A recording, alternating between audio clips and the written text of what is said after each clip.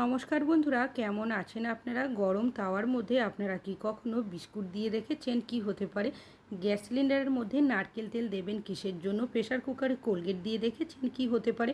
গরম ভাতে বরফ দেবেন কিসের জন্য? আপনারা কি কখনো ব্রা মোজার মধ্যে পরিয়ে দেখেছেন কি হয়? তাছাড়াও আপনাদের কাছে শেয়ার করব আরও বেশ কিছু ছোট ছোট ইউজফুল কিচেন টিপস। চলুন দেখে নেওয়া যাক আজকের প্রথম টিপসটা আমি আপনাদের কাছে কি শেয়ার করি। রুটি করার তাওয়ার মধ্যে আপনারা কি কখনো বিস্কুট দিয়ে দেখেছেন কি হতে পারে? এখানে আমি নিয়েছি বেশ কিছুটা বিস্কুট। বিস্কুট আমাদের প্রত্যেকেরই বাড়িতে কিন্তু কম বেশি নিয়ে আসা হয়ে থাকে। তবে বিস্কুটগুলো যে কৌটো বা জারের মধ্যে রাখি, ঢাকনাটা যদি ঢিলে হয়ে যায় সেক্ষেত্রে বিস্কুটটা একদম নরম হয়ে যায়। আর নরম হয়ে যাওয়া বিস্কুট কেউই কিন্তু খেতে পারি না। সেক্ষেত্রে অনেক সময় ফেলে দিতে হয়। রুটি করার পর দেখবেন তাওয়াটা বেশ অনেকক্ষণই গরম থাকে। এই গরম তাওয়ার মধ্যে আপনারা বিস্কুটগুলো দিয়ে দেবেন। যদি আপনারা রুটি না করেন সেক্ষেত্রে একবার তাওয়াটা হালকা গরম করে নেবেন, তবে গ্যাস অন করে রাখা কিন্তু যাবে না। বিস্কুটগুলো দিয়ে আপনারা কিছু সেকেন্ড রেখে দেবেন। কিছু সেকেন্ড পর আবারও বিস্কুটগুলো এভাবে করে উল্টো করে দেবেন। এইভাবে করে ১ থেকে ২ মিনিট উল্টোপাল্টা করে নেবেন। তাহলে দেখবেন বিস্কুটের মধ্যে যে নরম একটা ভাব চলে আসে সেটা কিন্তু ঠিক হয়ে যাবে আর একদম মুচমুচে হয়ে যাবে। বিস্কুটগুলো আমি এখান থেকে নামিয়ে নিচ্ছি। ৫ মিনিট পর আপনাদের দেখাচ্ছি। দেখতেই পাচ্ছেন কতটা মুচমুচে হয়ে গেছে। আশা করছি আপনাদের টিপসটা কাজে আসবে। ভালো লাগলে লাইক করবেন। আমি এখানে নিয়েছি ইরেজার। আমাদের অনেকেরই বাড়িতে ছোট বাচ্চারা রয়েছে, দুষ্টুমি করে ইরেজারগুলো এতটাই নোংরা করে দেয় বা পেন্সিলের দাগ দিয়ে দেয়, সেটা কিন্তু সহজে পরিষ্কার করা যায় না। কোনো কিছু মোছামুছি করতে গেলে এই কালি বা নোংরার দাগগুলো কিন্তু লেগে যায়। সেক্ষেত্রে সামান্য পরিমাণের আপনারা নারকেল তেল দিয়ে দেবেন আর এইভাবে আলতো হাতে ঘষে নেবেন। দেখবেন যে নোংরা বা যে পেন্সিলের দাগগুলো থাকে সেটা কিন্তু সহজেই উঠে যাবে। এবার এই তেল ভাবটা পরিষ্কার করার জন্য এখানে আমি একটা তাওয়ালের মাঝখানে রেখে এইভাবে আলতো হাতে ঘষে নিচ্ছি। আপনারা সুতির কাপড়েরও ব্যবহার করতে পারেন। আর দেখতেই পাচ্ছেন যে নোংরা ময়লাগুলো ছিল সেটা কিন্তু একদম উঠে পরিষ্কার হয়ে গেছে আর ইরেজারগুলো এখন নতুনের মতোই চকচক করছে। আশা করছি টিপসটা কাজে আসবে। এখন চলে যাচ্ছি পরবর্তী টিপসে। এখানে নিয়েছি বেশ কিছুটা মাছ। মাছ আমাদের কম বেশি অনেকেরই বাড়িতে নিয়ে আসা হয়ে থাকে, তবে মাছ ধোয়ার পরেও অনেক সময় লাল জল বেরোতেই থাকে। তাছাড়াও যদি জ্যান্ত মাছ নিয়ে আসা হয় সেক্ষেত্রে দেখা যায় মাছের মধ্যে একটা বিজল পদার্থ থাকে, যার কারণে আমাদের মাছটা বারবার ধুয়ে পরিষ্কার করতে হয়। এর ফলে মাছের স্বাদও অনেক সময় নষ্ট হয়ে যায়। তবে যখনই আপনারা মাছটা ধোবেন, সামান্য পরিমাণে লবণ মাখিয়ে যদি মাছটা ধোন, দেখবেন মাছের মধ্যে যে বিজল পদার্থ থাকে সেটা কিন্তু সহজেই চলে যাবে। মাছটা বারবার আপনাদের ধুয়ে পরিষ্কার করতে হবে না। তাছাড়াও মাছের লাল জলও বেরোবে না। তো আপনারা মাছ ধোয়ার পর দেখবেন মাছের থেকে একটা আঁশটে গন্ধ বেরোয়। সেক্ষেত্রে আমরা সাবান বা হ্যান্ড ওয়াশের ব্যবহার করি। তো ব্যবহার করা চায়ের পাতাটা আপনারা ফেলবেন না, রেখে দেবেন। মাছ ধোয়ার পর আপনারা কী করবেন, সেই চায়ের পাতাটা হাতে ভালোভাবে ঘষে নেবেন। চায়ের পাতা কী করে, যে কোনো বাজে দুর্গন্ধ অ্যাবজর্ব করতে সাহায্য করে।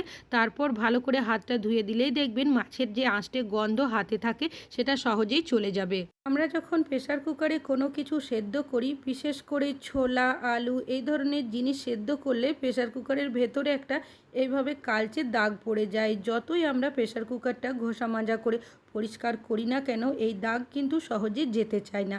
সেক্ষেত্রে একটা কাজ আপনারা করতে পারেন, একটা পাত্র নিয়ে নেবেন, এর মধ্যে সামান্য পরিমাণের আটা দিয়ে দেবেন। খারাপ হয়ে যাওয়া আটারও ব্যবহার করতে পারেন। সামান্য দিয়েছি আমি কোলগেট, আপনারা এখানে যে কোনো সাদা টুথপেস্টের ব্যবহার করতে পারেন। তারপর সামান্য পরিমাণের জল দিয়ে খুব ভালো করে এগুলোকে মিশিয়ে নেব। এখানে আটা আর কোলগেট মিশে যাওয়ার কারণে একটা পাওয়ারফুল সলিউশনের মতোই কাজ করবে। এই সলিউশনটা প্রেসার কুকারের মধ্যে দিয়ে দেব। এখানে একটা স্ক্রাবার নিয়েছি, আগে জল দিয়ে ভিজিয়ে দিয়েছিলাম। সেটা দিয়ে আলতো হাতে যদি আপনারা একটু ঘষে দেন, তাহলেই দেখবেন প্রেসার কুকারের মধ্যে যে কালচে ভাবটা থাকে সহজেই কিন্তু চলে যাবে। খুব বেশি ঘষা মাজা আপনাদের করতে হবে না। এই সলিউশনটা দিয়েই প্রেসার কুকারের বাইরের জায়গাটাও পরিষ্কার করলাম আর ঢাকনাটাও একটু ঘষে পরিষ্কার করে নিলাম। পরিষ্কার জল দিয়ে ধুয়ে দেখাচ্ছি। দেখতেই পাচ্ছেন যে কালচে দাগটা ছিল সেটা তো উঠে গেছেই, তাছাড়াও প্রেসার কুকারটা কিন্তু একদম নতুনের মতো চকচক করতে শুরু করেছে। এতটাই পাওয়ারফুল এই সলিউশনটা। আশা করছি টিপসটা কাজে আসবে। এখন চলে যাচ্ছি পরবর্তী টিপসে। আমাদের প্রত্যেকেরই বাড়িতে কোনো না কোনো সবজিপাতি নিয়ে আসা হয়ে থাকে, তবে সবজিটা যাতে শুকিয়ে না যায় আমরা দেখবেন পলিথিন সহই ফ্রিজে রেখে দিই। তবে সমস্যা কি হয়, সবজিটা শুকিয়ে না গেলেও পচে যায়। কেন কি, পলিথিনে রাখলে একটা জলভাব হয়ে যায়, যার কারণে সবজিটা আস্তে আস্তে পচতে শুরু করে। তো যখনই আপনারা সবজি পলিথিনে রাখবেন, কিভাবে রাখবেন, পলিথিনের মধ্যে একটা গিঁট দিয়ে দিয়েছি।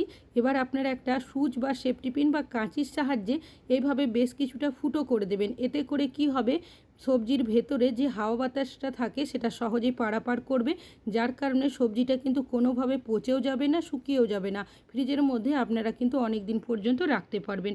আশা করছি টিপসটা কাজে আসবে। এখন চলে যাচ্ছি পরবর্তী টিপসে। আমরা যখন গ্যাস ওভেন জ্বালাতে যাই অনেক সময় দেখা যায় বার্নার দিয়ে ঠিকভাবে আগুনটা বেরোয় না। এইভাবেই রান্নাবান্না করলে গ্যাসের অপচয় অনেকটাই হয়। এই সমস্যাটা হয়ে থাকে অনেক সময়। কি হয়, আমরা যখন বার্নারটা অনেক দিন ব্যবহার করি সাইডটা কিন্তু অনেকটাই ক্ষয় হয়ে যায়, যার কারণে এই সমস্যাটা হয়ে থাকে। তাছাড়াও যদি বার্নারের মধ্যে আয়রন জমে যায় সেক্ষেত্রেও কিন্তু এই ধরনের সমস্যা হয়। অনেকেই আমরা বাজারে নিয়ে যাই, ঠিক করিয়ে নিয়ে আসি বা বার্নারটাকে চেঞ্জ করে দিই, এতে করে অনেকগুলো টাকাও খরচ হয়। কি করবেন, নিয়ে নেবেন সাবান। প্রথমে বার্নার যেখানে লাগান সেখানে কিছুটা ঘষে দেবেন, তারপর বার্নারের সাইডেও কিছুটা সাবান এভাবে ঘষে দেবেন। এবার আমি এই বার্নারটা লাগিয়ে আপনাদেরকে দেখাবো, তাহলে আপনারা নিজেরাই বুঝতে পারবেন। আগে কিভাবে জ্বলছিল দেখতেই পেয়েছিলেন, সাইডের কিছুটা অংশ বাকি ছিল, আগুন বেরোচ্ছিল না। এখন কিন্তু সাবানটা দেওয়ার কারণে সম্পূর্ণ বার্নারটা ঠিকভাবে জ্বলতে শুরু করেছে। আশা করছি এই টিপসটা এখানে নিয়েছি বেশ কিছুটা চাল। চালটাকে ভালো করে ধুয়ে 30 মিনিট মতো ভিজিয়ে দিয়েছিলাম। ভাত আমরা প্রত্যেকেই বাড়িতে রান্নাবান্না করে থাকি, তবে ভাত যখন রান্না করি গ্যাসের খরচ অনেকটাই হয়। তবে যখন আপনারা ভাত রান্না করবেন, ভাত রান্না করার আগে আপনারা 30 মিনিট মতো চালটাকে জলে ভিজিয়ে রাখবেন। সেক্ষেত্রে দেখবেন সেদ্ধ হতে বেশিক্ষণ সময় লাগবে না, গ্যাসের খরচও অনেকটাই কম হবে। তবে যখন আপনারা ভাত রান্না করবেন, রান্না করার শুরুতে কি করবেন, যে পাত্রে রান্নাটা করবেন ওপর থেকে একটা ঢাকনা দিয়ে দেবেন, তাহলে দেখবেন ভাতটা কিন্তু সহজেই ফুটতে শুরু করবে। তবে যখন আপনারা ঢাকনা দেবেন তার মাঝখানে অবশ্যই একটা খুন্তি বা হাতার ব্যবহার করবেন। সেক্ষেত্রে সুবিধা কি হবে, অনেক সময় ভাতের ফেনা দেখবেন সাইড দিয়ে পড়ে যায়, সেক্ষেত্রে কি হয়, গ্যাস ওভেনটাও নোংরা হয়। আর যদি ঢাকা না দিই সেক্ষেত্রে দেখবেন আমাদের গ্যাসের খরচ বেশি হয়। তো এই পদ্ধতিতে আপনারা যদি ভাতটা রান্না করেন তাহলে দেখবেন গ্যাসের খরচ কিন্তু খুব বেশি হবে না। এইভাবে করে আমি 10 মিনিট ফুটিয়ে নিয়েছিলাম। 10 মিনিট পর গ্যাসটাকে বন্ধ করে এইভাবে করে আরও আপনারা 10 থেকে 15 মিনিট রেখে দেবেন। আমি 10 মিনিট মতো রেখেছিলাম আর দেখতেই পাচ্ছেন ভাতটা কিন্তু আমার এখন সেদ্ধ হয়ে গেছে। যদি দেখেন আপনাদের সেদ্ধ হয়নি সেক্ষেত্রে আরও 5 মিনিট আপনারা ফুটিয়ে ঢাকা দিয়ে দেবেন, তাহলেই দেখবেন ভাত কিন্তু একদমই সেদ্ধ হয়ে যাবে। এবার আমি ভাতের ফেনাটা ঝরিয়ে আপনাদের দেখাচ্ছি। তাহলে বন্ধুরা, আপনারা যদি ভাত রান্না এই পদ্ধতিতে করেন আপনাদের গ্যাসের খরচও কম হবে আর ভাতও কিন্তু খুব সহজে আপনাদের হয়েও যাবে। আশা করছি টিপসটা কাজে আসবে। ভালো লাগলে লাইক করবেন। এখন চলে যাচ্ছি পরবর্তী টিপসে। আমি এখানে বেশ কিছুটা ডাল নিয়েছি, ডালটাকে আগে ভালো করে ধুয়ে নিয়েছিলাম। এবার নিয়ে নিয়েছি এখানে একটা প্রেসার কুকার। আমরা এমন অনেক রান্না বান্না করে থাকি যেগুলো আমাদের প্রেসার কুকারে করলেও হয়। তো সেই সব রান্না যদি আমরা প্রেসার কুকারের মধ্যে করে নিতে পারি তাহলে দেখবেন গ্যাসের খরচ কিন্তু কিছুটা হলেও কম হবে। তো আমি পরিমাণ মতো ডাল, জল, হলুদ দিয়েছিলাম, গ্যাসের মধ্যে বসিয়ে দিচ্ছি। আশা করছি আপনাদের এই টিপসটিও কাজে আসবে। ভালো লাগলে লাইক করবেন। এখন চলে যাচ্ছি পরবর্তী টিপসে। আমরা যখন চা বানাই বা দুধ জাল করি বা ডিম সেদ্ধ করি বা ছোটোখাটো কোনো কিছু রান্নাবান্না করি বা খাবার গরম করি, সেক্ষেত্রে গ্যাসের ব্যবহার না করে যদি ইন্ডাকশানের ব্যবহার করি তাহলেও দেখবেন গ্যাসের খরচ কম হবে। যে কাজগুলো গ্যাস ছাড়া হবে সেই কাজগুলো আপনারা ইন্ডাকশানে করে নেওয়ার চেষ্টা করবেন। আশা করছি টিপসটা কাজে আসবে। ভালো লাগলে অবশ্যই একটা লাইক করবেন। এখন চলে যাচ্ছি পরবর্তী টিপসে। রান্নাবান্না করার জন্য গ্যাস সিলিন্ডারের ব্যবহার আমরা বাড়িতে প্রত্যেকেই কম বেশি করে থাকি। তবে গ্যাসের সিলিন্ডার খালি হোক কি ভর্তি, একটা জায়গার মধ্যে যখন অনেক দিন রাখা হয় দেখবেন জং বা মরচের দাগ পড়ে যায়। কেন কি, ঘর মোছামুছি যখন করি একটু হলেও সিলিন্ডারে জল লেগে যায়, যার কারণে এই জং বা মরচের দাগ পড়ে। আর এই মরচের দাগ কিন্তু সহজে আমরা তুলতেও পারি না। তো সেক্ষেত্রে একটা কাজ আপনারা করতে পারেন। তো কি করবেন, যখনই আপনারা গ্যাসের সিলিন্ডার রাখবেন নিয়ে নেবেন নারকেল তেল। আমি এখানে একটা কাপড়ের টুকরো নিয়েছি, তার মধ্যে সামান্য পরিমাণে নারকেল তেল নিয়ে নেব। এবার নারকেল তেলটা কাপড়ের মধ্যে এভাবে একটু লাগিয়ে নেব। গ্যাসের সিলিন্ডারের নিচে আপনারা কি করবেন, নারকেল তেলটাকে এইভাবে আলতো হাতে ঘষে দেবেন। পুরো সিলিন্ডারের নিচেই কিন্তু ঘষে দিতে হবে যাতে করে একটা তেলের আস্তরণ হয়ে যায়। এবার আপনারা গ্যাসের সিলিন্ডারটা যদি মেঝের মধ্যে রাখেন দেখবেন যে জং বা মরচের দাগ পড়ে যায় সেটা কিন্তু পড়বে না এখানে তেল দেওয়ার কারণে। আশা করছি আপনাদের টিপসটা কাজে আসবে। ভালো লাগলে লাইক করবেন। এখন চলে যাচ্ছি পরবর্তী টিপসে। আপনারা কি কখনো ব্রার মধ্যে মোজা পরিয়ে দেখেছেন? কি হতে পারে, আমরা প্রত্যেকটা মহিলারাই ব্রার ব্যবহার করে থাকি। তবে যখন আমরা জামা কাপড় ধুই দেখবেন আমাদের যে ব্রাটা থাকে একসাথেই কিন্তু আমরা ধুয়ে দিই, সেটা হাতে সার্ফে ভিজিয়ে হোক কি ওয়াশিং মেশিনে। তবে সমস্যা কি হয়, একসাথে সব জামা কাপড় দেওয়ার কারণে ব্রার যে হুকগুলো থাকে অন্যান্য জামা কাপড়ের সাথে এমনভাবে আটকে যায়, সহজে খুলতে পারি না। জোর করে যদি টানাটানি করতে যাই সেক্ষেত্রে আমাদের জামা কাপড় ছিঁড়েও যায়। তো আপনারা একটা পুরনো মোজা নিয়ে নেবেন, তার মধ্যে যতগুলো ব্রা আপনারা ধোবেন এইভাবে ঢুকিয়ে দেবেন। তারপর একটা গিঁট দিয়ে আপনারা হাতে যদি সার্ফে ভিজিয়ে কাচেন, একসাথে এইভাবে ধুয়ে কাচবেন। ওয়াশিং মেশিনেও যদি দেন, এইভাবে যদি দেন তাহলে দেখবেন ব্রাটা কাচাও হয়ে যাবে আর অন্যান্য জামা কাপড়ের সাথে হুকটা লেগেও যাবে না। আশা করছি টিপসটা কাজে আসবে। গরম ভাতের মধ্যে আপনারা কি কখনো এর আগে বরফের টুকরো দিয়ে দেখেছেন? কি হতে পারে, আমরা যখন ভাত রান্না বান্না করে থাকি অনেক সময় দেখবেন ভাতটা কিন্তু অনেকটাই গলে যায়, আর গলে যাওয়া ভাত আমরা অনেকে কিন্তু খেতে পারি না।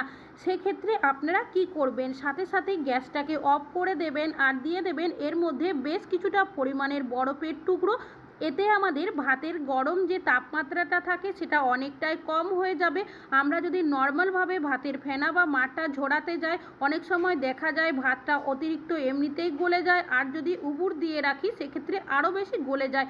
বরফের টুকরো দেওয়ার পর সাথে সাথেই আপনারা ভাতের ফেনাটা ঝরিয়ে নেবেন। তারপর আমি এই ভাতটাই আপনাদেরকে দেখিয়ে দিচ্ছি, এখনও কিন্তু গরম রয়েছে, কিন্তু যে গোলা ভাবটা ছিল সেটা কিন্তু এখন অনেকটাই চলে গেছে বরফের টুকরো দেওয়ার কারণে। আশা করছি এই টিপসটা আপনাদের অনেক বেশি কাজে আসবে।